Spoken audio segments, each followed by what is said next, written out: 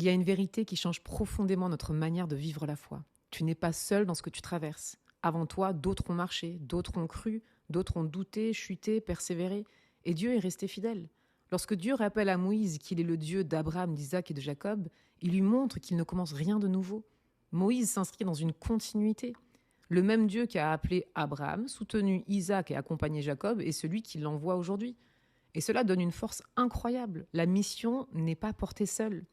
Et parfois, on vit notre foi comme un combat individuel. On a l'impression d'être isolé, de devoir tout porter, tout comprendre, tout réussir spirituellement.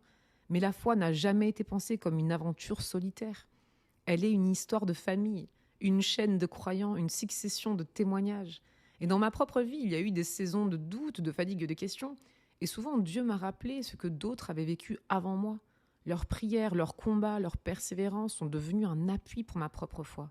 Et ce qui m'a porté, ce n'était pas seulement ce que je ressentais, mais la fidélité de Dieu prouvée à travers le temps.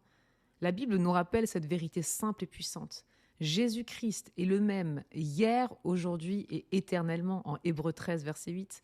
Ce que Dieu a été hier, il l'est encore aujourd'hui. Et il le sera demain. Alors prie avec moi aujourd'hui. Seigneur, merci parce que je ne marche pas seul. Merci pour la fidélité que tu as manifestée avant moi. Quand je doute, rappelle-moi que tu n'as jamais changé. Amen. À demain.